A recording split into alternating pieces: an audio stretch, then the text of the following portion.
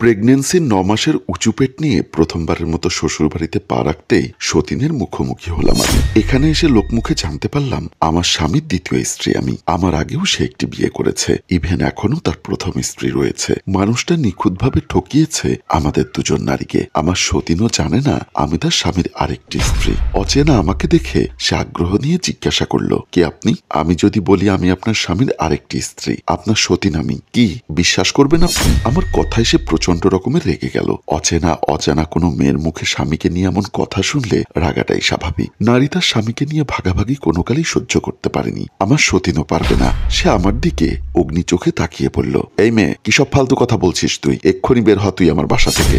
আমি কোনো ফালতু কথা বলছি না। তার সাথে রিলেশন করেই আমার বিয়ে হয়েছিল। আমি শহরের মেয়ে, আমাদের ফ্ল্যাটের পাশেই ছিল তার ফ্ল্যাট। ও ওখানেই চাকরি করত, ফ্ল্যাটে একাই থাকতো। ওখানকার সবাই জানতো সে অবিবাহিত, মা বাবা গ্রামে থাকে। এ কথাগুলো তার মুখের কথা, আমার নয়। কি বলছেন এসব? আমি সব সত্য কথা বলছি। আজ বুঝলাম সে কারণ। সে গ্রামের কথা বলে চলে যেত, মাঝে মাঝে মনে হয় আপনার কাছে চলে আসতো।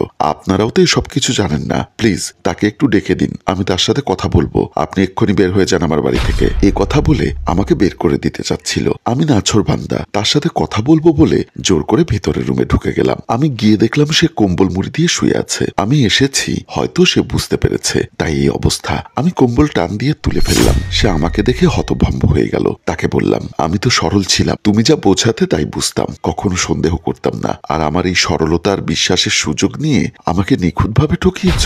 আমি কোনো কিছুই টের পাইনি। কি হবে আমার এই অনাগত সন্তানের? পেছনে আমার সতীন এসে আমাকে বলল, এই মেয়ে, কোন অধিকারে এই বাড়িতে ঢুকেছ?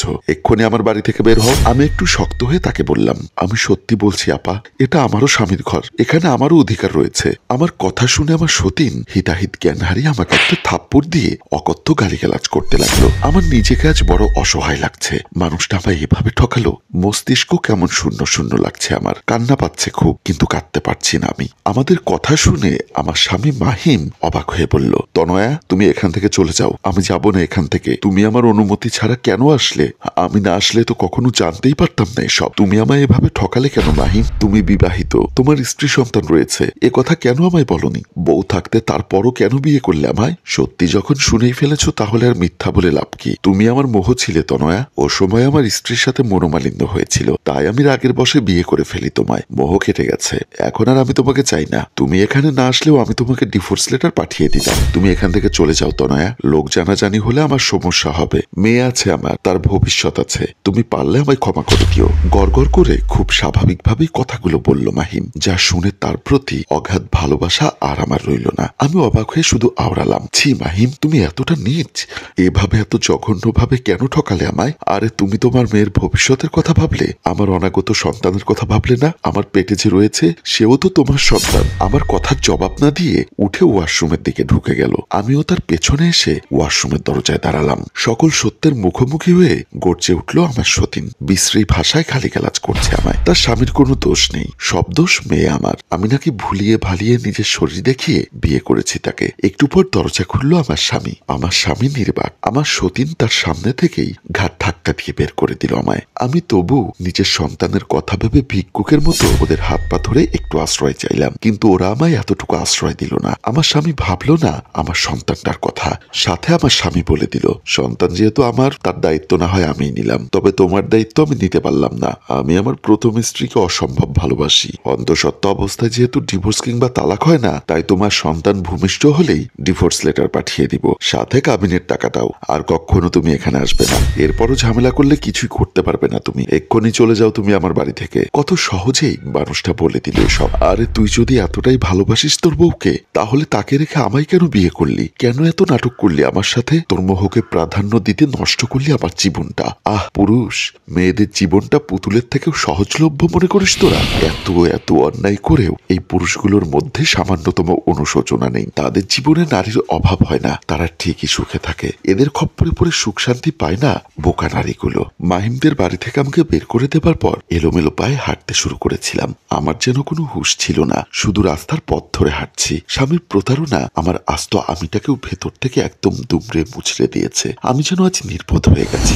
সারাদিন বাস স্টেশনের ফুটপাতে নিস্তেজ হয়ে বসেছিলাম আমি। কতক্ষণ ধরে এভাবে বসে আছি খেয়াল নেই। আচমকা হুঁশ ফিরল এক ভিক্ষুকের ডাকে। বৃদ্ধা বললেন, আমি ভিক্ষা চাইতে আসিনি মা, এই পুরো ওই স্টেশনটাই আমার বাড়ি, রাস্তার ওই পাশটাতেই আমি থাকি। কিন্তু তুমি কে? এই শহরে তো তোমাকে আগে দেখিনি। সেই দুপুর থেকে তোমাকে এখানে বসে থাকতে দেখছি। এখন তো সন্ধ্যা হয়ে এলো, অথচ তোমার মধ্যে কোনো যাওয়ার তাড়া নেই। তুমি কি কারোর জন্য অপেক্ষা করছো? হকচকিয়ে উঠলাম আমি, চারিপাশে তাকালাম। গোধূলির লালাভা শহরটাকে ইতিমধ্যে ঢেকে ফেলেছে। একটু পরেই সন্ধ্যার অন্ধকারে সব মিলিয়ে যাবে। হতবুদ্ধি হয়ে সেদিকে তাকিয়ে রইলাম কিছুক্ষণ। মনে মনে কান্না করে ভাবলাম, এই অচেনা শহরে আমি নতুন, পথঘাট কিচ্ছু চিনি না। সন্ধ্যা নামছে, কোথায় যাব আমি? কি করব? কেন বসে আছি এখানে? আমার ভাবনার মধ্যে বৃদ্ধা আবারও কৌতূহল নিয়ে জিজ্ঞাসা করলেন, তুমি কি অসুস্থ? কি হয়েছে তোমার? এমন বিষণ্ণ কেন লাগছে তোমাকে? আমি তাকালাম তার দিকে। কিছুক্ষণ চুপ থেকে আমি অবশেষে জিজ্ঞাসা করলাম, চাচা কটা বাজে? বৃদ্ধা পান খাওয়া মুখে মৃদু হাসলেন। তারপর বললেন, আমার তো ঘড়ি নেই মা, আমাদের সময় দেখার প্রয়োজন হয় না। গাড়ির শব্দ আর পেটের ক্ষুধাই আমাদের সময়টা বুঝিয়ে দেয়। আমি আর কিছু বললাম না। চাচা বলল, ও মেয়ে, কোথায় যাবে তুমি? তোমায় দেখে তো মনে হচ্ছে তুমি পোয়াতি। এই শরীরে এখানে বসে আর বেশি দেরি করো না, জায়গাটা খুব একটা ভালো না। আমার যাওয়ার মতো আপাতত নির্দিষ্ট কোনো জায়গা নেই চাচা। এই শহরের এক পুরুষ আমাকে নির্মমভাবে ঠকিয়েছে। তার সঙ্গে বেঁধে নেওয়া স্বপ্নগুলো আজ ভাঙা কাচের মতো ছড়িয়ে আছে চারিপাশে। তাই কোথায় যাব, কার কাছে যাব, তার কোনো উত্তর আমার কাছে নেই। চাচা চলে গেল কোনো কথাবার্তা ছাড়াই। হয়তো এক দুঃখিনী আর এক দুঃখিনীর বোঝা নিজের ঘাড়ে সেধে চাপতে চায় না, অথবা তার কোনো আপন দুঃখ মনে পড়ে গেল। জানি না, আমি জানতেও চাই না। চাচা আমার থেকে কিছুটা দূরে গিয়ে বসলো। নিজের রংচটা ব্যাগটা থেকে হাতড়ে হাতড়ে কিছু খাবার বের করছে। আমি কেন জানি সেদিকে উদাস ভঙ্গিতে তাকিয়ে আছি। ব্যস্ত শহরে মানুষ আসে যায়, এখানে সবাই শুধু নিজেদের নিয়েই ব্যস্ত। ভিখারি চাচা শুকনো রুটি আর পানির দিকে তাকিয়ে আছে। চাচা কি বোঝালো কিছু? হঠাৎ করেই নিজের খাবারটুকু আমার দিকে এগিয়ে দিয়ে বলল, ও মেয়ে, তোমার ভিখারি চাচার এই খাবার তুমি খাবে? খেতে পারবে এই খাবার? খেলে নাও। বলে চাচা আমার দিকে খাবারগুলো এগিয়ে দিল। আমি তার প্রশ্নের কোনো জবাব দিলাম না। তার দেওয়া খাবারগুলো এক প্রকার ছিনিয়ে নিয়ে খেতে লাগলাম। চাচা খেলো কিনা জিজ্ঞাসাও করলাম না, বরং তার দেওয়া শুকনো রুটি পানি দিয়ে ভিজিয়ে সবটুকু খেয়ে ফেললাম। ক্ষুধার মাঝে এই খাবারটাই এত অমৃত মনে হলো আমার। এত মজার খাবার বোধহয় আমি আর কখনো খাইনি। এতটুকু পেটে পড়তেই নিজেকে একটু শান্ত অনুভব করলাম। আচমকাই চাচার কথা মনে পড়ল। এই অসহায় মানুষটার সবটুকু খাবার আমি খেয়ে ফেললাম। উনি সারাদিনে খেলো কিনা জিজ্ঞাসাও করলাম না। ছি, আমি লজ্জায় পড়ে গেলাম। নিজের হাতেও টাকা নেই যে তাকে কিছু টাকা ধরিয়ে দিব।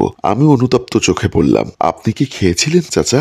আমার ক্ষুধা নেই মা, তাছাড়া ক্ষুধার যন্ত্রণা সহ্য করবার ক্ষমতা আমার আছে। চাচা আমাকে কিছু বলতে না দিয়েই ওখান থেকে চলে গেল ব্যস্ত ভঙ্গিতে। আমি কিছুক্ষণ সেদিকে মুগ্ধ চোখে তাকিয়ে রইলাম। বুকের ভেতরের ভারী দীর্ঘশ্বাস ছেড়ে বললাম, একজন ভিখারিও আমার দুঃখ বুঝলো, বুকের তীব্র দহন অনুভব করলো। অথচ তুমি, যাকে আমি এতটা আপন ভেবেছি, এতটা কাছে রেখেছি, সেই তুমি আমাকে বুঝলে না। আমার ভাঙা মনের শব্দগুলো তোমার কাছে নিস্তব্ধ রইল। অচেনা এই জায়গায় আমাকে বেশ কয়েক ঘন্টা ধরে এখানে দেখেই যাচ্ছিল লোকজন। তারা কৌতূহল হয়ে এবার জানতে চাইল, কে আপনি? আমি আর চুপ করে থাকলাম না।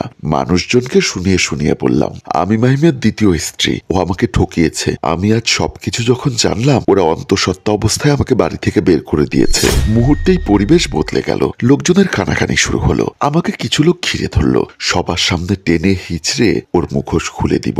মানুষ জানুক, এই শহরে একটা নিকৃষ্ট জীব রয়েছে যে দুজন নারীকে নিখুঁতভাবে ঠকিয়েছে। আমি আর তার সঙ্গে সংসার করতে চাচ্ছি না। শুধু আয়োজন করে আমি একটা পশুকে সমাজ থেকে চিহ্নিত করব। সম্মানিত দর্শক, এই গল্পের পরবর্তী অংশের শুটিং চলমান। খুব তাড়াতাড়ি আপনাদের সামনে দ্বিতীয় পর্ব নিয়ে চলে আসব। অন্তরের মতো লোককে কি শিক্ষা দেওয়া উচিত? আপনাদের কাছে প্রশ্ন রইল। গল্পটির রচনা ও পরিচালনায় মঞ্জুর মোর্শেদ, ক্যামেরায় শিহাব ও আশরাফ।